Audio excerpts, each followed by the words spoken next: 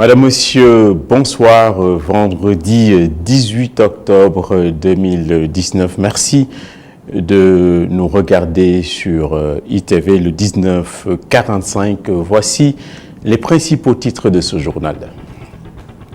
Le Magal de Touba s'est achevé ce matin par la traditionnelle cérémonie officielle à la résidence Khadimoul Rassoul, marquée par les allocutions du porte-parole du Khalif Serigne Bass Abdou Khadre et du ministre de l'Intérieur Aly Ngouille Ndiaye, qui a reconnu les difficultés engendrées par l'approvisionnement en eau.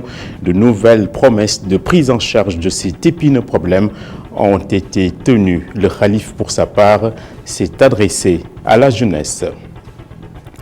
Le bilan de cette édition, qui a encore drainé des millions de fidèles, a pourtant été lourd. 15 morts sont à déplorer. La grande majorité des accidents s'y produit sur les axes routiers menant à Touba. Selon les sapeurs-pompiers, la police et la gendarmerie ont à leur tour appréhendé 960 individus. La valeur n'attend point le nombre des années et Radio vient de boucler sa première année de diffusion, charriée par des performances notoires. En une année, la radio qui irradie s'est fait une place au soleil dans le paysage médiatique sénégalais ultra concurrentiel. Alassane Samba Diop, le directeur général d'Iradio, nous parlera des réussites et des défis à venir. Il sera l'invité de ce journal. Le développement, c'est dans un instant.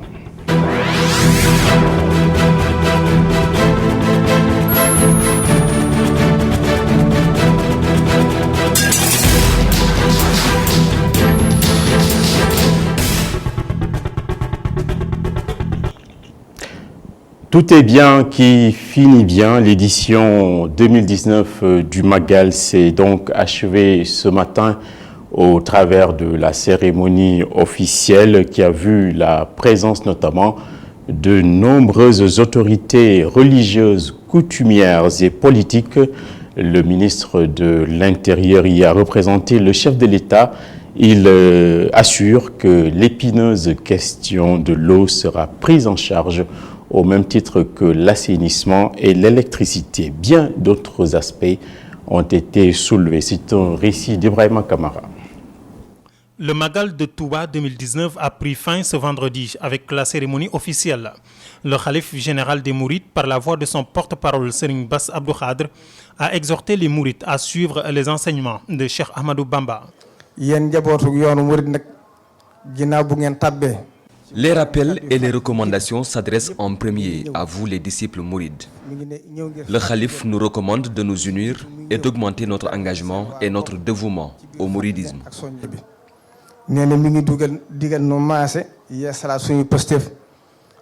Mais avant, d'éviter tout ce qui peut entacher la réputation de notre tariqa, où que nous soyons, et que nous nous évertuions à respecter scrupuleusement les recommandations de Dieu, parce que c'est la raison pour laquelle Dieu nous a créés. Le Khalif nous recommande aussi d'augmenter nos efforts à travailler pour Serigne Touba avec nos forces, nos richesses et nos connaissances.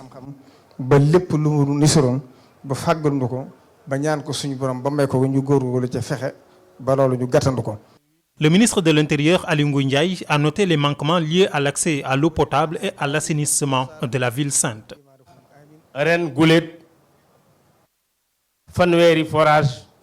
Pour la première fois, nous avons 30 forages qui fonctionnent dans la ville. Il y a de l'eau à suffisance à Touba. Et dans les normes, personne ne doit avoir soif. N'empêche, on a quand même eu quelques difficultés liées à l'eau.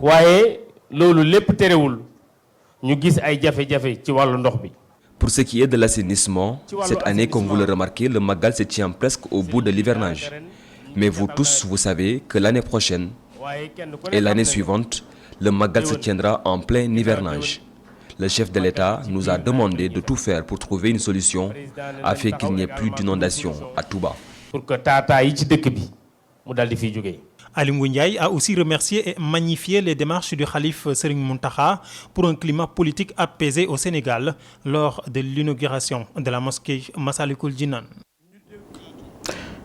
Le Magal est terminé, l'heure est venue de dresser le bilan. La police et la gendarmerie ont décompté les individus arrêtés pour divers délits. 960 ont été alpagués.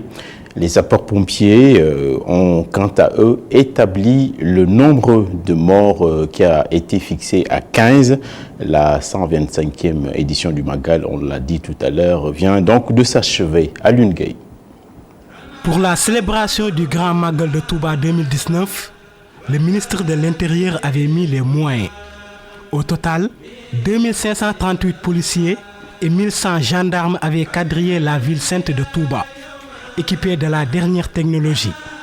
Déjà, les forces de sécurité ont mis hors d'état de nuire 710 malfaiteurs pour diverses infractions: vol, détention de chanvre indien, ivresse. Les sapeurs-pompiers, quant à eux, ont dénombré 519 victimes, dont 15 décès, selon le capitaine Momodou Diagne, chargé de l'information et des relations publiques lors de cette édition du Magal. L'événement religieux commémorant le départ en exil de Cheikh Ahmadou Bamba, fondateur de la confrérie mouride. Le Magal de Touba a été célébré jeudi 17 octobre. La cérémonie officielle de l'événement s'est tenue le lendemain en présence du khalife général Serigne Mountakha Mbacké et d'une délégation gouvernementale et de nombreux invités d'ici et d'ailleurs. Les Sénégalais ont vu les temps forts du Magal sur ITV, peut-être avec des lunettes. C'est un accessoire auquel ils sont très attachés au point de ne pouvoir s'en départir. Pour certains, ça sert pour la vue et pour d'autres, c'est juste pour se protéger des rayons du soleil et de la poussière. Les articles proviennent généralement de la Chine et beaucoup de nos compatriotes méconnaissent encore le danger de l'usage de lunettes inappropriées. C'est un sujet qui cherche à voir plus loin, réalisé et préparé par Omar Khan et Seleman Diallo. C'est uniquement quand je dors, quand je vais au lit, uniquement que je me sépare de mes lunettes. J'ai tellement l'habitude de porter des lunettes que si je n'en porte plus, je ne me sens pas à l'aise. Ils ne se séparent jamais ou presque de leurs lunettes. Les uns pour se protéger du soleil, de la poussière et de la forte luminosité. C'est juste pour se protéger du soleil. Quand je travaille sur les papiers, ça me permet de bien fonctionner. Et le soleil aussi, ça élimine le soleil aussi. Je suis tout le temps ici au marché. Du coup, les lunettes me permettent de protéger mes yeux contre le soleil et la poussière. Les autres, plutôt, pour des raisons médicales. Des lunettes médicalisées, parce que si j'ai la myopie je le porte depuis 1966, ça c'est toute ma famille qui porte des lunettes. La fourchette de prix est comprise entre 1000 et 1500 francs pour les simples lunettes de soleil bas de gamme.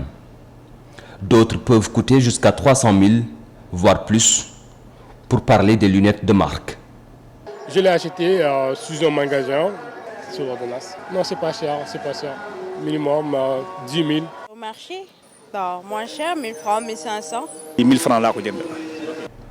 Les correcteurs sont vendus entre 100 et 250 000, voire 300 000 francs CFA. La santé n'a pas de prix, elle a son coût. Peut-être entre 200 000 et 250 000. Acheter des lunettes dans la rue, pour Philippe, c'est impensable. Non, jamais. Ça, je ne l'ai pas. Nous, jamais. Ah non, c'est parce que c'est pas sûr. Je ne sais pas d'où ça vient. Je ne sais pas qu'est-ce qu'il a fabriqué. Est-ce que ce n'est pas des trucs contrefaçon, les contrefaits ou tout ça là, quoi. C'est ça la cause pour laquelle je n'ose pas porter ça. Pourtant, le marché regorge de contrefaçons, des lunettes de soleil ou des correcteurs étalés à même le sol. Selon ce vendeur, ces lunettes proviennent pour la plupart de la Chine. Nous achetons les lunettes des conteneurs qui viennent de la Chine. Il y en a qui viennent aussi de la Mauritanie. Pour ce qui est des correcteurs, la plupart c'est des secondes mains qui viennent avec les conteneurs ou que nous achetons au centre de Bob. Des vendeurs de lunettes, il suffit de se promener dans les rues de Dakar pour en rencontrer. Des lunettes que la plupart des vendeurs achètent dans des conteneurs qui proviennent de la Chine. Et parfois, ce sont des lunettes de seconde main, un danger public si l'on sait que certaines maladies des yeux sont contagieuses, comme la conjonctivite. Restons dans l'espace public et les marchés. À Petersen, le constat est unanime. Les transistors n'ont plus la cote. Les postes radio sont de moins en moins usutés, balayés qu'ils sont par les téléphones portables équipés de radio. Plus personne ne traîne en ville avec un poste pour écouter les informations ou la musique. C'est un outil totalement ringardisé pour les urbains. Tidiane Cissé et Augustin Manda ont fait le reportage. Mamadou Faye, 42 ans. Ici au marché de Petersen, il vendait ses postes radio il y a de cela quelques années. Mais aujourd'hui, il n'en a plus. Les postes radio n'existent plus et c'est dû au téléphone portable. Maintenant, tout le monde a un portable, même les enfants. Et quand j'ai vu que la vente de ces radios ne marche plus, j'étais obligé de changer de marchandise. L'effet des technologies de l'information et de la communication est passé par là. Pour beaucoup, le temps de l'analogie est révolu aujourd'hui. Il faut donc évoluer avec la technologie numérique. La technologie a évolué maintenant. Au lieu de perdre ton temps à écouter la radio sur une place, on peut le faire en se déplaçant avec des téléphones portables. On est au XXIe siècle. Révolution, on est au XXIe siècle. Aujourd'hui, il est sans doute difficile de trouver quelqu'un qui utilise ces radios pour s'informer, mais pas impossible. Moi, je ne suis pas d'accord avec ces gens qui disent que les portables sont meilleurs pour écouter les informations. Moi, je ne peux pas écouter les informations avec les téléphones portables. Cette radio m'est chère, très chère même. L'Internet ne cesse de révolutionner le monde. Aujourd'hui, l'analogie a presque disparu pour laisser la place au numérique. Les auditeurs, quant à eux, commencent à oublier les postes radio pour s'informer avec les moyens qu'offrent les nouvelles technologies.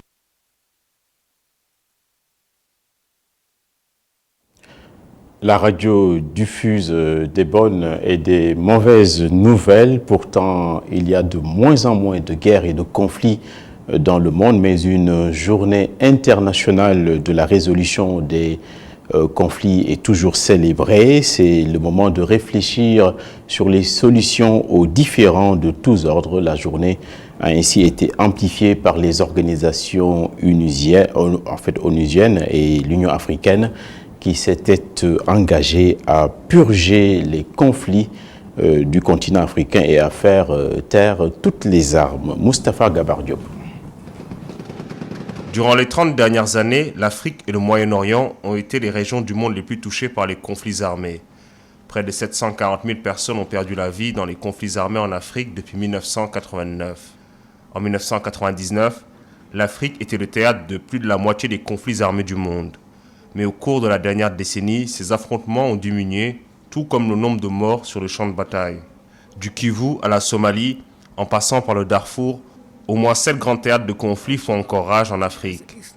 On peut notamment citer l'insurrection du groupe islamiste Boko Haram au Nigeria, la guerre en République centrafricaine, le conflit dans le Nord Mali, la guerre civile en Libye, la guerre civile en Somalie, la guerre de frontière entre le Soudan et le Soudan du Sud et l'insurrection de l'armée de résistance du Seigneur. La plupart de ces conflits sont menés par des groupes ethniques voulant accéder à l'opérateur économique que représente l'État. Les conséquences de ces conflits se font sentir pendant de nombreuses années et sur de vastes zones, compromettant le développement économique du continent. Les déplacements de population ont d'ailleurs atteint des niveaux records en 2017 avec plus de 20 millions de personnes enregistrées officiellement comme réfugiés ou demandeurs d'asile. Dans un récent communiqué, le Conseil de sécurité de l'ONU salue l'engagement de l'Union africaine à vouloir faire taire les armes en 2020 en Afrique, mais a appelé les États à passer de la parole aux actes.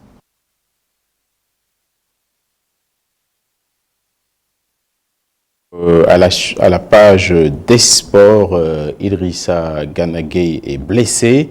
Les U17 en football ont obtenu une victoire dans un match de préparation.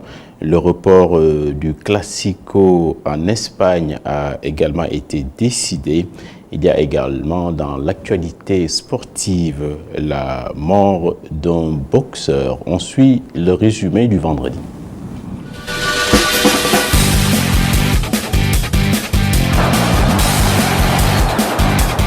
Le milieu de terrain sénégalais Idrissa Gana Gueye sera absent des pelouses pendant 10 jours.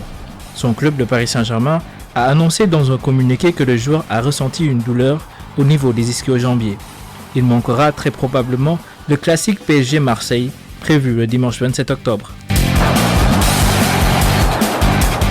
L'équipe nationale de football des moins de 17 ans s'est imposée face à une sélection locale brésilienne, l'Esporte Clube Primavera, 3-0 lors d'un match amical. Cette rencontre entre dans le cadre de leur préparation à quelques jours de leur entrée en lice dans la Coupe du Monde des moins de 17 ans.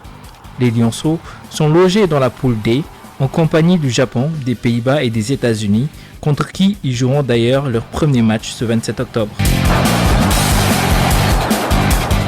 Le Classico Barcelone-Real Madrid est reporté en raison des violences en Catalogne. Prévu initialement le 26 octobre au Camp Nou, les deux clubs ont jusqu'à lundi pour choisir une nouvelle date, a annoncé la Fédération espagnole de football. Pourtant, l'idée d'inverser les deux matchs, c'est-à-dire jouer d'abord à Madrid, ensuite en Catalogne, avait été émise, mais les deux clubs ont refusé. Le boxeur Patrick Day est décédé mercredi après un KO subi lors de son combat contre Charles Conwell. Dans un état critique depuis samedi, il a finalement succombé. Le boxeur de 27 ans avait reçu un coup au cerveau. Ce combat marquait son retour sur les rings après une défaite au mois de juin.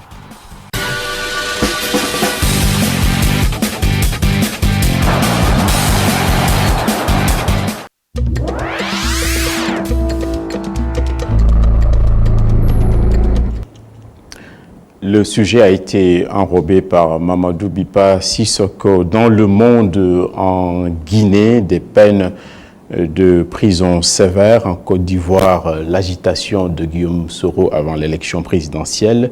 La RDC, où une manifestation a dégénéré. En France, la confirmation de la condamnation de Patrick Balkany et la Catalogne qui a vécu une manifestation monstre. C'est un récit de Mam Abdou Gueye Kassé.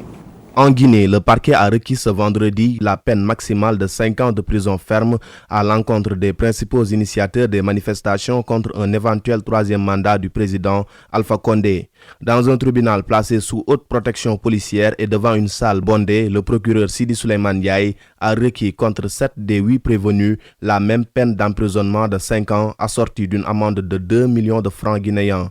Il a demandé la relaxe du 8e prévenu. L'incertitude subsiste sur le moment où le tribunal va rendre son jugement.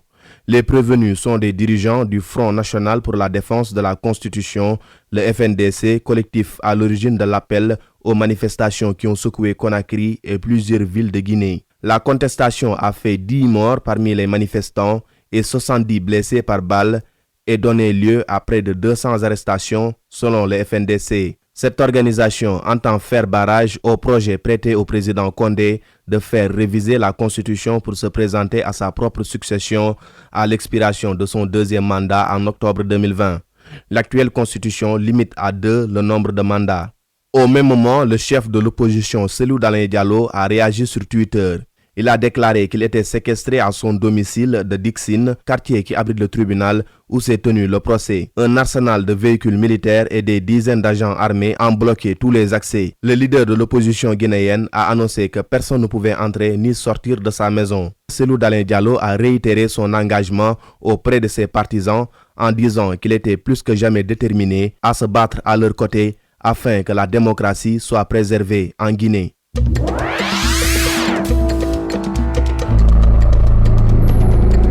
En Côte d'Ivoire, l'ancien président de l'Assemblée nationale, Guillaume Soro, déclare qu'il va être candidat à la présidentielle de 2020. Il l'a affirmé dans une interview qu'il a accordée à France 24 et RFI. Guillaume Soro dit avoir mûrement réfléchi et qu'il était temps qu'il prenne cette décision majeure. L'ex-chef rebelle avance qu'il n'y a aucune raison qui peut expliquer une invalidation de sa candidature. Guillaume Soro se dit toutefois ouvert à rencontrer l'ancien président Laurent Gbagbo s'il le souhaite. Laurent Gbagbo est assigné à résidence en Belgique depuis sa libération par la Cour pénale internationale.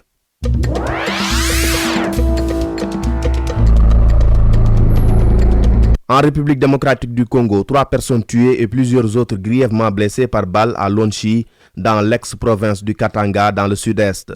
Ces personnes sont mortes lorsque la police, appuyée par l'armée, a réprimé dans le sang une violente manifestation des habitants de cette localité.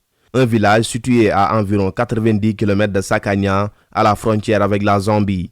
Plusieurs dizaines de personnes de la localité de Lonchi ont manifesté hier leur colère contre une entreprise chinoise qui, selon eux, ne paie pas de redevance.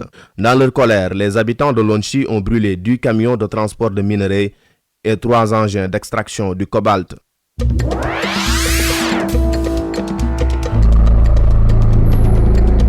En France, Patrick Balkany, 71 ans, est condamné à 5 ans de prison ferme avec mandat de dépôt et à 10 ans d'inéligibilité pour blanchiment de fraude fiscale aggravée dans le deuxième volet de l'affaire qui lui a déjà valu une peine de 4 ans de réclusion le 13 septembre dernier. Son épouse, 72 ans, prend le même nombre de peines mais sans mandat de dépôt. Leur fils est condamné à 6 mois de prison avec sursis. Les époux Balkany, poursuivis également pour corruption, ont été relaxés de ce chef d'accusation. L'avocat de Patrick Balkany parle de dérive judiciaire et annonce dans la foulée que son client va faire appel de ce verdict.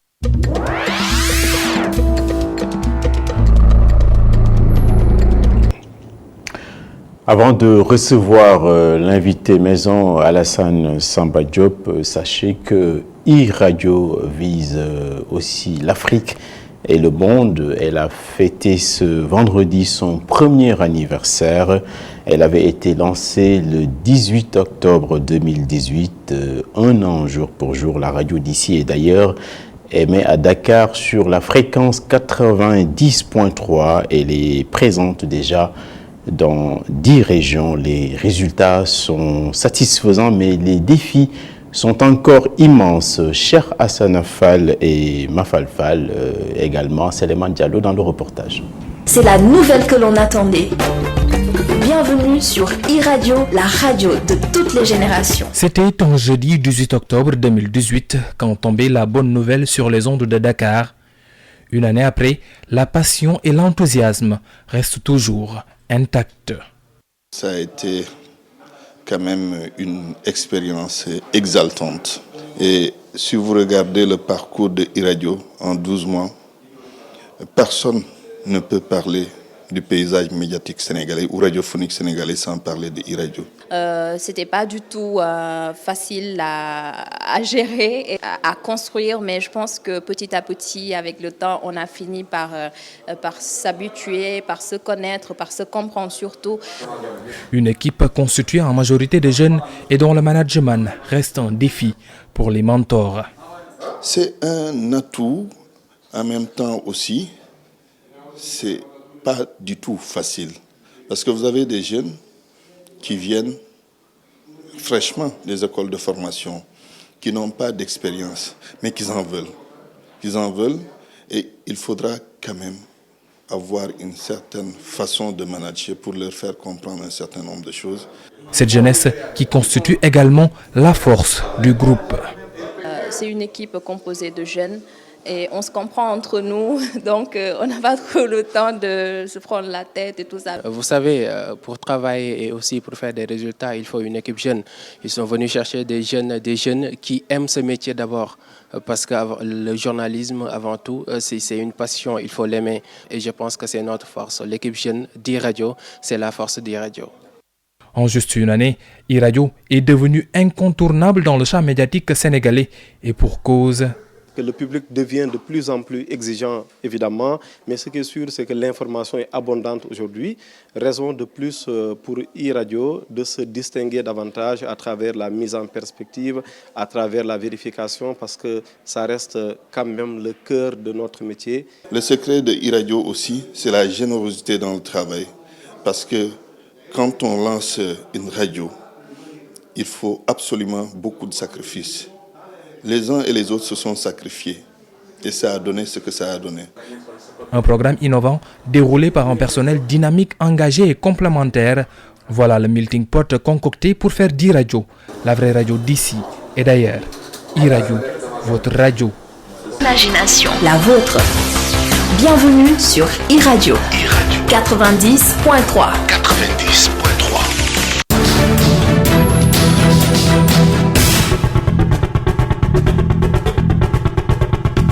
Nous recevons ce vendredi Alassane Samba Diop, directeur général d'ITV ainsi que iRadio qui fête ce vendredi 18 octobre son premier anniversaire. Bonsoir Alassane. Bonsoir Alassane. Est-ce que vous pouvez nous faire l'état des lieux de la radio pour son premier anniversaire?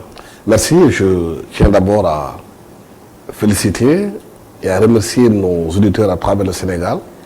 C'est vrai que ça fait un an que iRadio est sur l'espace médiatique sénégalais. Je tiens à rendre hommage d'abord à Sidi Matar Samb. Sidi Matar Samb, c'était le patron, le PCA de Sorano, qui aimait avec iRadio. C'est lui qui nous a accueillis, qui nous a permis de travailler avec lui, avec cette chaîne de radio, qui était Nostalgie avant, qui est devenue iRadio depuis le 18 octobre 2018. Mais depuis qu'on a commencé à travailler, je pense que la radio, iRadio, commence à être connue des Sénégalais. Nous sommes dans 10 des 14 régions sénégalaises, avec des émetteurs très performants, où on a des qualités d'écoute extraordinaires, où les Sénégalais suivent la radio, et nous avons beaucoup de retours encourageants avec la jeune équipe avec laquelle nous sommes. C'est ça, en une année, il y a eu donc des résultats. Oui, il y a eu des résultats en une année parce qu'il y a eu un sondage qui a été fait par un institut que je ne nommerai pas, mais qui a expliqué que lors de la présidentielle de 2019, iRadio faisait partie des premières radios à être écoutées à Dakar et dans certaines régions. C'est déjà réjouissant pour cette radio, mais je pense qu'on n'a pas encore fait grand-chose. Qu'est-ce qui fait ce succès? Ce succès fait que les gens travaillent beaucoup sur le contenu. Je pense que la radio doit être une radio de qualité. Les gens doivent travailler énormément, rester professionnels, en étant équidistants de toutes les chapelles, pour faire de la bonne information. C'est ça, donc les audiences apparemment sont en train de s'incruster. Vous pouvez confirmer qu'elles sont bonnes? Oui, les audiences sont bonnes, les performances commencent à se faire sentir. Si vous regardez bien, c'est très rare d'avoir une radio qui démarre dès la première année à avoir autant de publicité. Ça montre qu'il y a la confiance des annonceurs et des auditeurs auprès des responsables de la radio. Et cela, je salue la performance aussi du directeur commercial et marketing de production Boubacar Diallo, qui se démultiplie pour davantage permettre à cette radio de vivre et de permettre à des jeunes avec qui nous sommes de travailler dans une grande sérénité. C'est ça, vous n'êtes pas encore sur l'ensemble du territoire national, est-ce que ça se fera? Oui, oui, absolument, on est en train de progresser, nous sommes dans 10 des 14 régions en moins d'un an, c'est quand même une grande performance. On a connu d'autres radios où les gens sont restés peut-être 1 an, 2 ans avant d'être dans les régions. Là, on est très bien écouté dans les régions. Il y a aussi la radio disponible d'une application sur Internet qui s'appelle iRadio Sénégal. Vous pouvez la télécharger sur Play Store. Vous pouvez l'écouter un peu partout à travers le monde. Un peu partout à travers le monde, je voulais dire. Beaucoup d'auditeurs de l'extérieur du Sénégal, de la diaspora aussi, réagissent par rapport au programme que nous faisons. C'est ça, on m'a dit qu'il y a encore beaucoup d'efforts à faire, notamment dans le sud et à l'est du pays. Énormément. Nous avons un émetteur à Tambacounda déjà, nous avons un émetteur à Ziguinchor et à Kolda. Je pense que le sud est un peu servi. Et il reste aussi peut-être un émetteur à Matam. Mais vous savez, ce qui s'est passé, c'est que la RTP doit faire l'audit des fréquences, parce qu'il y a beaucoup de personnes qui détiennent des fréquences, qui ne les utilisent pas, alors qu'il y a des gens qui ont des possibilités de les utiliser pour faire travailler des gens. Nous pensons que la RTP fera son travail d'audit des fréquences pour permettre à la radio de pouvoir une fréquence à Matam, une fréquence à Bakel, une fréquence à Ourossogui, un peu partout, pour couvrir l'entièreté du territoire. C'est ça, il y a une quantité industrielle de radio au Sénégal, ça c'est un secret de polichinelle. Est-ce que cette concurrence-là ne vous ébranle pas? Non, du tout, du tout. Je pense que les Sénégalais aspirent à des radios de qualité, à des télévisions de qualité. Je pense qu'on peut être populaire et faire de la qualité. Et je pense que le travail se fera sur le contenu, c'est là-bas que la différenciation se fera, sur la qualité des informations et surtout sur le respect de l'éthique et de la déontologie de notre métier. Et j'estime que si on se met sur ce volet-là, il n'y a pas de raison que ça ne vienne pas. C'est ça. On a vu aussi que la radio rate rarement les événements phares, les événements religieux, les compétitions sportives. Vous étiez dernièrement à Singapour. Est-ce que vous estimez qu'une grande radio, c'est d'abord les grands rendez-vous? Absolument, c'est fondamental. Les grands rendez-vous, il faut être présent. Je pense que Singapour, c'était excellent d'y aller parce que c'est la première fois que le Sénégal joue contre l'équipe brésilienne. C'était une très bonne chose d'aller là-bas, accompagner l'équipe nationale du Sénégal, permettre aux auditeurs de la radio de suivre ce qui se passait là-bas. Le Magal de Touba, le Gamou qui arrive, je pense que c'est des événements extrêmement importants, il faut être présent, parce que c'est là où vont les Sénégalais et ils sont très attachés à la religion musulmane. Ils aimeraient bien écouter ce qui se passe là-bas, le suivre. Et aussi Popenguine aussi, on ne l'oublie pas, on est aussi présent dans ces lieux-là, parce que la radio e-radio, c'est une radio laïque, une radio de tous les Sénégalais. Et tout ça, ça demande beaucoup de capacités techniques, financières. Ça vient d'où? Absolument, ça vient de notre imagination, c'est dans la publicité, ça vient aussi des gens avec qui nous sommes, avec qui nous travaillons, des gens qui nous ont fait confiance, qui ont décidé de nous accompagner dans cette aventure. Je pense après Sud FM, le groupe Sud, c'est peut-être le deuxième groupe au Sénégal qui a décidé qu'avec des journalistes de monter un projet coaché, dirigé par des journalistes. Nous estimons que le métier de journaliste, c'est notre métier. C'est d'abord aux journalistes de prendre la responsabilité d'exercer leur métier, de ne pas se faire employer souvent par d'autres gens qui n'ont rien à voir avec le métier. Très bien. e-radio est une radio généraliste. Est-ce que vous traitez tous les Sénégalais sur le même plan? Absolument. Tous les Sénégalais sont traités sur le même pied d'égalité, qu'ils soient du pouvoir, de l'opposition, de toutes les confessions. C'est une radio, comme je dis, laïque, qui est là pour tous les Sénégalais, d'où qu'ils puissent être. Ils sont les bienvenus sur les radios, tant que l'information qui donne l'information utile. Vous n'avez pas de parti pris? Aucun parti pris. Très bien. On accuse les radios et télévisions sénégalaises de diffuser de la musique à longueur d'antenne. Est-ce que cette maladie-là ne vous touche pas? Non, du tout. Si vous regardez bien le programme qu'on fait, on ne fait pas trop de musique. C'est vrai que la musique fait partie aussi des programmes. Parce que aussi, il ne faut pas oublier qu'il y a des gens aussi qui aiment la musique, qui viennent chercher à la radio, c'est la musique qui les intéresse. Donc, puisque vous êtes radio généraliste, vous êtes obligé dans la programmation, mais de faire que chacun puisse se trouver à telle heure de la journée par rapport à ses propres préoccupations. On a vu aussi que vous avez misé beaucoup sur la jeunesse, un peu au détriment de l'expérience. Comment vous l'expliquez? La jeunesse, c'est l'avenir. Hein. Je pense que les jeunes sortis de ceci, c'est des jeunes qui sont opérationnels, qui sont bons, qui d'abord ont appris le métier pendant 3 ans à l'école. J'estime qu'il faudrait leur faire confiance. Nous-mêmes, étant jeunes, quand le Walfadjri démarrait en 1999, 98-99, on nous a fait confiance. Les camarades nous fait confiance, on sortait de ceci, on était jeunes, inexpérimentés. Nous sommes allés travailler parce qu'on croyait au projet. Je pense que si les jeunes sortent de l'école, ils sont passionnés, ils ont appris le rudiment du métier, leur espérance viendra. Il faut leur faire confiance et la jeunesse qui est là, sur cette radio-là, elle est performante. Et vous faites attention aux manipulations, aux fausses nouvelles? Oui, les manipulations, c'est partout. Il faut être extrêmement vigilant par rapport aux manipulations. Je pense qu'aujourd'hui, il y a même une émission qu'on diffuse à la radio qui dit fact-checking, tous les mardis, qui nous permet de revenir sur une information qui a été donnée qui est fausse. Il faudrait être extrêmement vigilant par rapport aux manipulations, par rapport à l'information.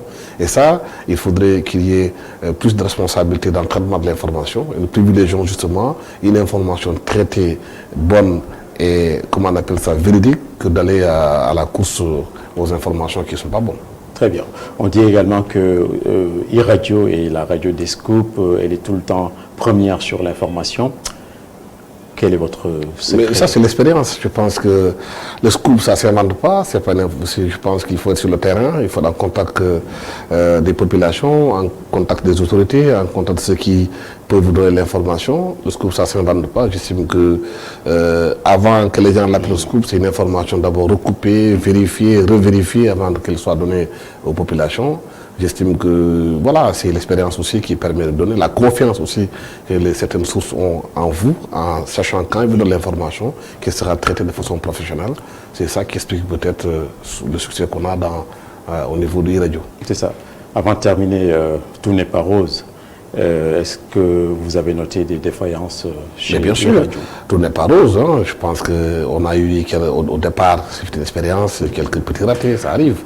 De temps en temps, des coupures de courant qui peuvent arriver, qui peuvent entacher un peu le travail qui est fait. Mais tout ça, c'est en train d'être réglé. C'est au fur et à mesure que la radio doit monter en puissance pour minimiser un peu les couacs qui peuvent arriver. C'est normal. C'est une nouvelle radio, c'est des jeunes qui viennent, c'est la première expérience la plupart d'entre eux. Mais j'estime qu'avec ce qu'ils ont eu à faire pendant 1 an, il faut le tirer de chapeau et j'ai bon espoir que d'ici 2 ou 3 ans qu'ils font faire très mal. C'est ça. Une toute dernière question. Le directeur général Mamoudou Ibra Kane vous a félicité. Est-ce que cela ne vous fera pas prendre la grosse tête? Du tout. Je pense que, d'ailleurs, moi je ne suis pas félicité. Je suis peut-être encouragé. Ce qu'il faut encourager, c'est surtout les jeunes avec qui nous sommes.